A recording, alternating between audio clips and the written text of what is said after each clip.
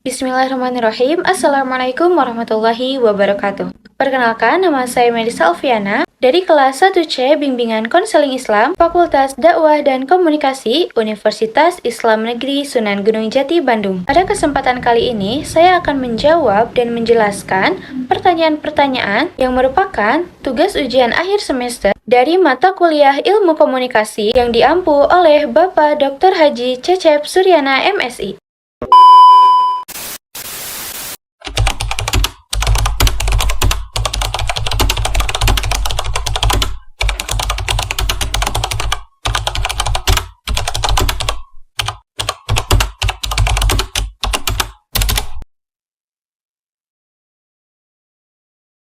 Komunikasi adalah suatu proses di mana seseorang menyampaikan stimulus untuk membentuk perilaku seseorang atau mengubahnya. Hal ini diungkapkan oleh Shannon dan Weaver pada tahun 1949. Model komunikasi Shannon dan Weaver adalah salah satu model komunikasi paling klasik dan berpengaruh dalam komunikasi modern. Mereka memandang bahwasannya komunikasi adalah suatu proses penyampaian pesan atau stimulus dengan tujuan untuk memengaruhi atau mengubah perilaku. Stimulus ini bisa berupa kata-kata, simbol, suara, isyarat, atau segala bentuk pesan yang memiliki makna. Tujuan komunikasi menurut Shannon dan Weaver bukan hanya sekedar untuk menyampaikan pesan, akan tetapi untuk memengaruhi penerima agar mereka dapat memiliki pemahaman baru, merespon sesuai harapan, atau mengubah perilaku tertentu. Hal inilah yang menjadikan komunikasi sebagai proses yang bersifat persuasif, bukan hanya untuk transfer informasi. Adapun unsur-unsur komunikasi menurut Shannon dan Weaver yang terdiri dari beberapa komponen.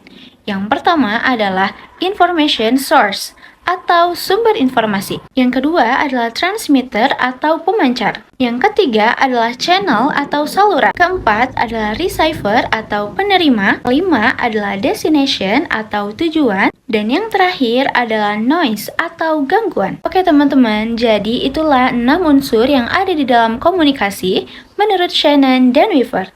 Dalam konseling, seorang guru menyampaikan stimulus atau pesan berupa nasihat kepada peserta didik. Jika pesan tersebut diterima dengan baik, maka siswa dapat mengubah pribadinya menjadi lebih disiplin atau bertanggung jawab. Hal tersebut merupakan contoh implementasi dari komunikasi menurut Shannon dan Weaver.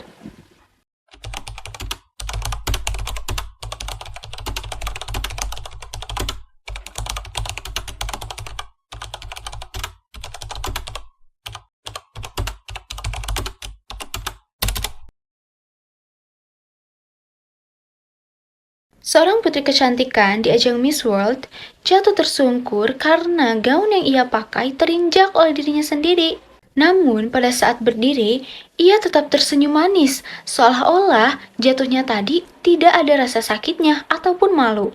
Hal ini disebut ekspresi wajah dengan mask. Mask expression adalah kondisi di mana seseorang menutupi emosi asli dengan ekspresi yang dibuat-buat agar tidak terlihat oleh orang lain. Emosi asli dari putri kecantikan tersebut pasti merasakan malu, kaget, ataupun sakit. Akan tetapi, ekspresi yang ditampilkan justru berbanding terbalik. Ia senyum percaya diri dan tetap tenang. Artinya, ia menutupi perasaan asli dengan topeng emosional atau disebut juga dengan emotional mask. Kenapa sih dia melakukan masking tersebut?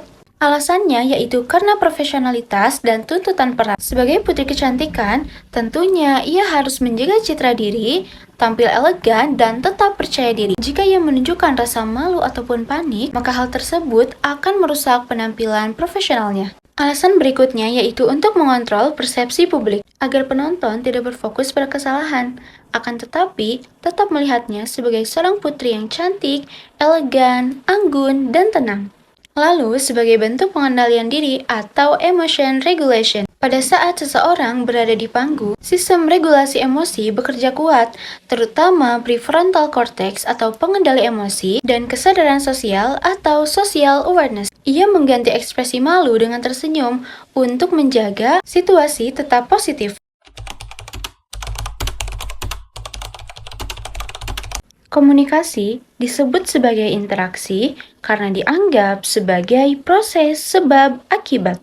Dalam teori komunikasi, proses komunikasi sering difahami juga sebagai hubungan kausal atau disebut dengan cause effect. Artinya, setiap tindakan komunikatif yang dilakukan oleh seseorang akan menimbulkan akibat tertentu pada pihak lain. Pandangan ini berasal dari teori behaviorisme dan model awal komunikasi yang bersifat linear karena ada efek yang diharapkan seperti perubahan sikap, perilaku, atau pengetahuan, maka hubungan ini dilihat sebagai rantai sebab akibat, bukan sekedar pertukaran kata. Meskipun berakar dari model linear, para ahli menyadari bahwa proses sebab akibat ini tidak bersifat pasif. Karena penerima tidak hanya menerima stimulus, tapi mereka juga menafsirkan, menanggapi, dan memberi umpan balik. Teman-teman, interaksi adalah proses saling memengaruhi atau disebut juga dengan mutual influence. Oleh karena itu,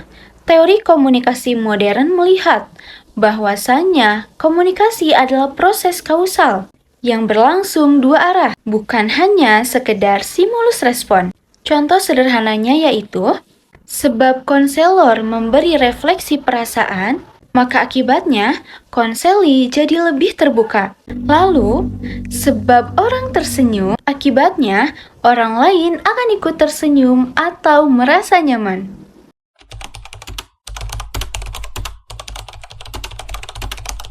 Pada saat kita berkomunikasi dengan suku Sumatera, tentunya akan berbeda ketika kita berkomunikasi dengan suku Jawa. Perbedaan ini merupakan konteks komunikasi dari aspek sosial. Konteks sosial adalah faktor-faktor sosial budaya yang memengaruhi cara seseorang berkomunikasi, bagaimana pesan disampaikan, ditafsirkan, dan bagaimana respon yang diberikan. Lalu, aspek sosial itu mencakup budaya, norma masyarakat, nilai yang dianut, adat istiadat, status sosial, dan juga gaya berbahasa dalam komunikasi. Dalam komunikasi lintas budaya, perbedaan budaya akan menghasilkan pola komunikasi yang berbeda, meskipun menggunakan bahasa yang sama atau berada di negara yang sama. Perbedaan komunikasi antar suku adalah bentuk nyata dari variasi sosial budaya yang memengaruhi komunikasi. Dalam teori komunikasi antar budaya, perbedaan gaya komunikasi antar suku disebut dengan cultural context atau disebut juga dengan socio-cultural context. Aspek sosial budaya memengaruhi bagaimana seseorang menggunakan intonasi, memilih kata, mengekspresikan emosi, menyampaikan kritik, memberikan pujian, serta menentukan kapan harus berbicara dan diam. Menghargai perbedaan ini sangatlah penting dalam komunikasi agar dapat menghindari kesalahpahaman antar budaya, meningkatkan kemampuan komunikasi lintas budaya, menumbuhkan sensitivitas budaya, serta membantu dalam dunia pendidikan, konseling, kerjasama tim, dan pelayanan publik.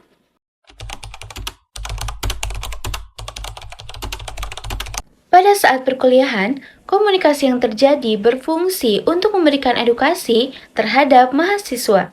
Dalam konteks perkuliahan, komunikasi adalah alat utama yang digunakan dosen untuk menyampaikan informasi, menjelaskan konsep, memberi instruksi, memberikan umpan balik, serta membangun pemahaman mahasiswa. Pendidikan tidak mungkin berlangsung tanpa adanya komunikasi. Melalui proses komunikasi, maka terjadilah transfer of knowledge, pembentukan sikap, dan pemahaman baru pada mahasiswa.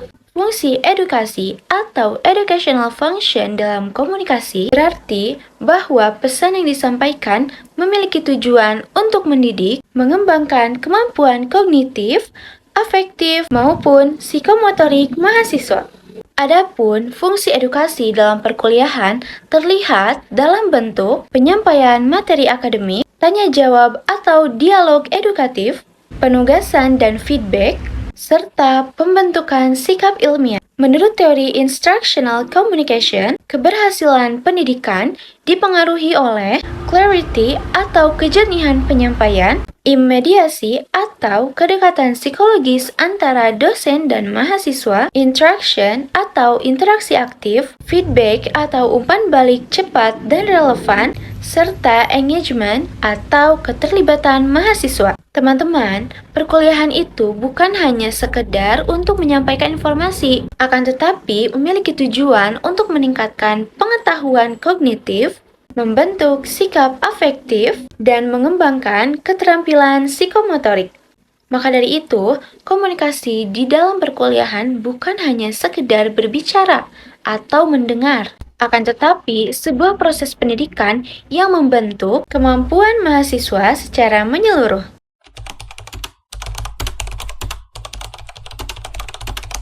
Stand-up komedi merupakan bentuk komunikasi yang berfungsi untuk menghibur, karena komika menyampaikan pesan melalui humor untuk menciptakan tawa dan kesenangan. Interaksi langsung dengan penonton membuat suasana menjadi ringan, santai, dan menghilangkan ketegangan. Tujuan utamanya bukan untuk mendidik ataupun memengaruhi, tetapi untuk memberikan hiburan. Menurut Onong Ujana Effendi, salah satu fungsi komunikasi adalah sebagai hiburan, yaitu menyampaikan pesan untuk menyenangkan dan menghilangkan ketegangan. Dennis MC Quayle juga menegaskan bahwa fungsi komunikasi dalam media ataupun pertunjukan dapat berupa entertainment yang memberikan relaksasi atau kesenangan bagi halayak. Pandangan tokoh-tokoh ini memperkuat bahwasanya stand-up komedi merupakan komunikasi yang berfungsi untuk hiburan.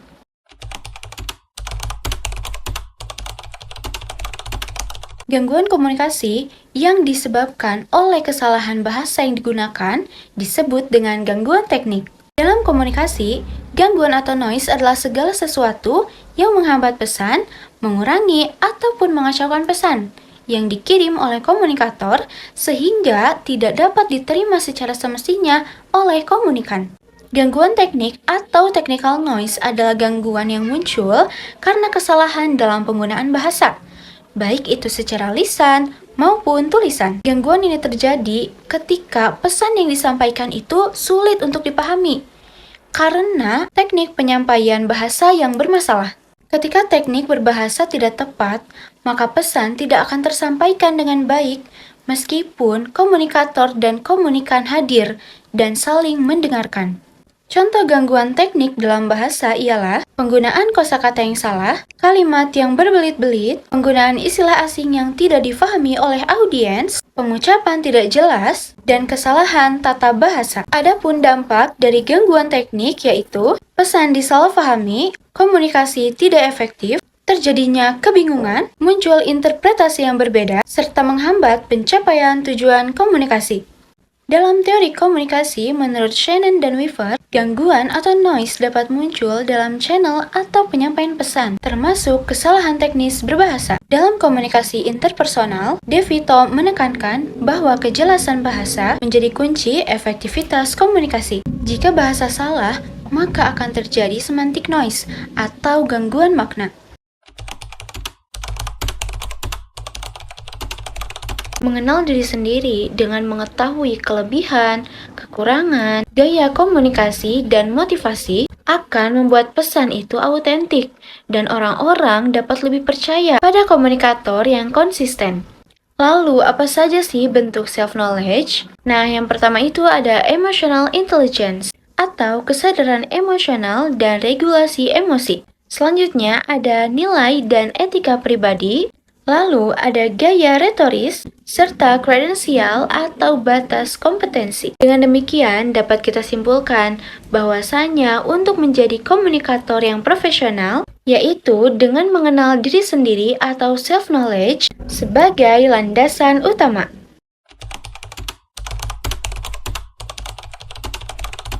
Kemampuan manusia dalam berbahasa merupakan salah satu ciri paling khas yang membedakan antara manusia dan hewan. Kemampuan ini muncul secara tiba-tiba, tetapi merupakan hasil dari perkembangan biologis, neurologis, dan kognitif otak manusia. Karena manusia memiliki struktur otak yang lebih kompleks dan besar dibandingkan hewan. Adapun dua bagian utama dari otak manusia yang berperan penting dalam bahasa.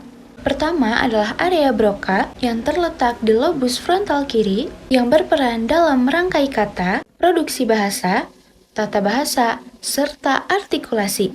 Lalu ada area Wernicke yang berada di lobus temporal kiri yang berfungsi untuk memahami bahasa dan mengolah makna kata, serta merangkai kalimat yang bermakna. Kedua area ini hanya ditemukan dan berkembang sempurna di otak manusia, dan tidak ada pada otak hewan. Hewan hanya memiliki komunikasi berupa instinktif seperti suara, bau, dan gerakan. Penelitian menunjukkan bahwasannya ada gen tertentu yang berkembang dalam kemampuan berbahasa, terutama gen FOXP2. Gen ini mengatur motorik halus pada mulut dan tenggorokan, memengaruhi kemampuan mengolah grammar, dan ditemukan berevolusi cepat pada manusia dibandingkan spesies lain. Pada hewan, gen FOXP2 tidak berkembang sedemikian rupa, sehingga mereka tidak memiliki kemampuan berbahasa seperti manusia. Dapat kita pahami bahwasanya kemampuan berbahasa merupakan pembeda antara manusia dan hewan yang diakibatkan oleh perkembangan otak manusia.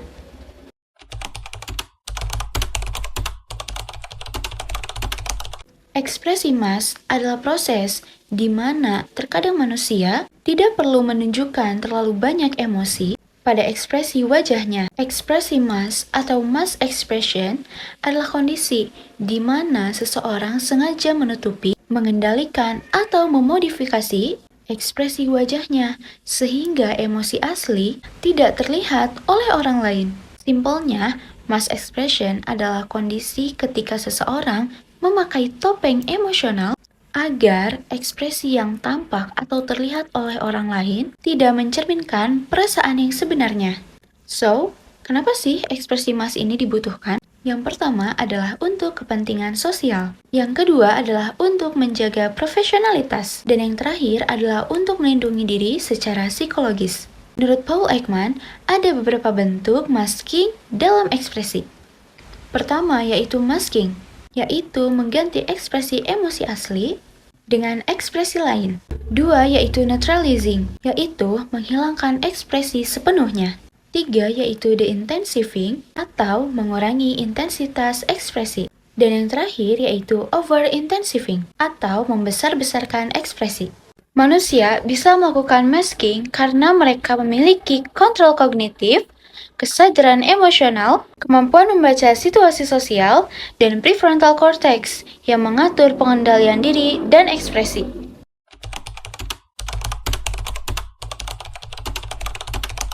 Teman-teman, di setiap langkah dan keberanian saya hingga detik ini, semua itu berasal dari sosok pria tangguh yang selalu memberikan apapun tanpa batas, tanpa meminta sedikit pun balasan. Ya, beliau adalah ayah saya, atau yang sering saya sebut dengan Bapak.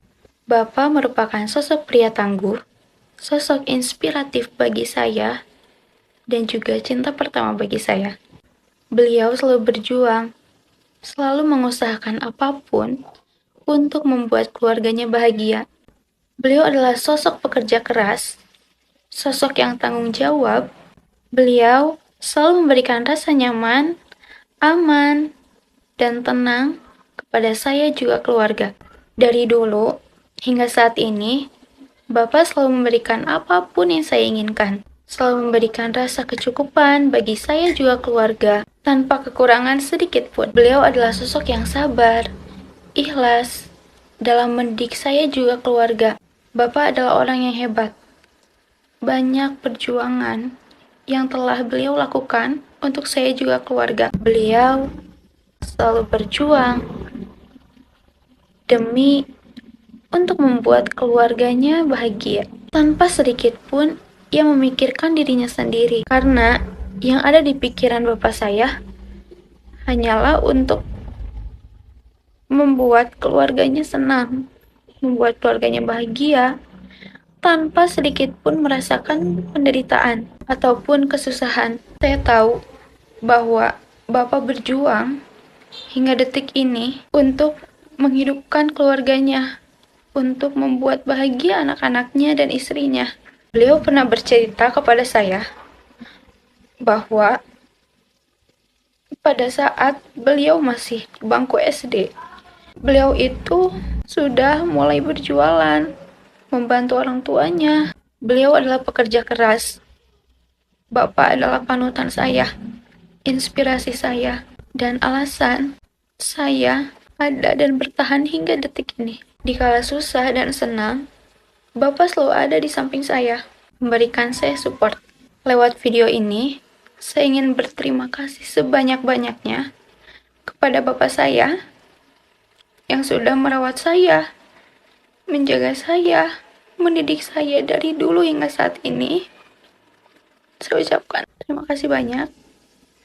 Saya harap Bapak bisa mendampingi saya hingga nanti, bisa terus berada di samping saya. Dan terima kasih karena Bapak telah hadir di hidup saya.